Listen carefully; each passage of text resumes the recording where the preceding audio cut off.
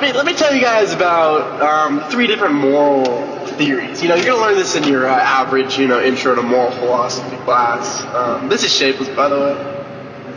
First off, you got what's mostly the predominant theory in the academy right now. It's consequentialism, and the most popular form of consequentialism is utilitarianism, which is something that many people have heard about, and many people maybe misunderstand it. But ultimately, utilitarianism thinks that the actions with the greatest moral good assigned to them are the actions that create or generate the most pleasure in people.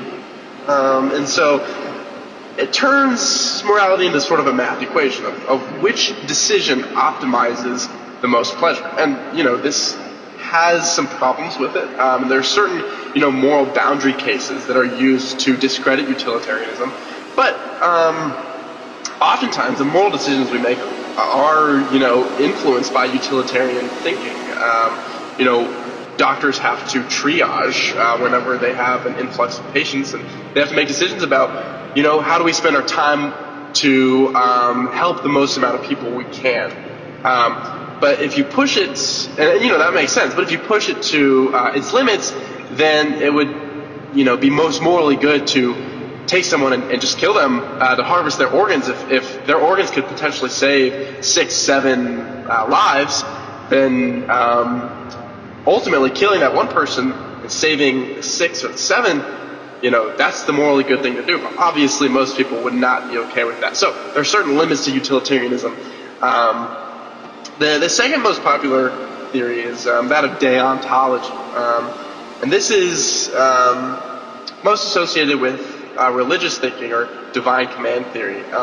And that's that certain actions are good or bad simply by nature of the action itself. So lying, for instance, they could say is always bad. And so no matter the context, because the action of lying itself is not good, it is always morally wrong to lie. And this seems to solve some of the problems of utilitarianism. Like obviously, it'd be it'd be morally bad to kill, and so you couldn't kill that person to harvest their organs. But at the same time, there are certain instances where lying might be good. Nazi Germany, lying to the SS who comes to your house and asks if you're hiding Jews would seem to be the morally right thing to do to most people. So there seems to be limits to deontology too.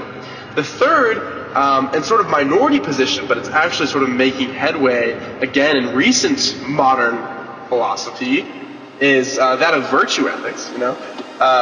Most associated with Aristotle, and later in the later in more medieval philosophy, you have Thomas Aquinas talking about moral philosophy from a virtue lens and a character and almost a narrative lens.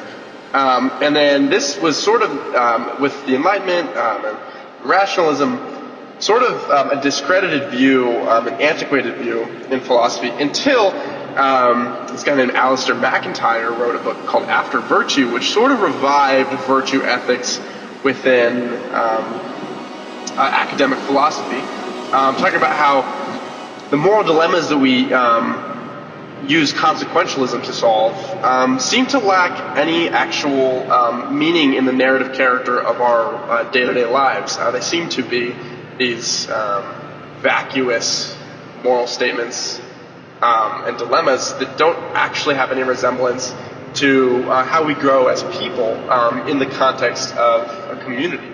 And so that was sort of the criticism he made. And so there's actually been a revival of virtue ethics within academic philosophy. But it's still the minority view. And so, this has been Modern Philosopher, your daily podcast. This has been Shapeless, by the way. That's why I said Schwizzle made a beat, but he never did.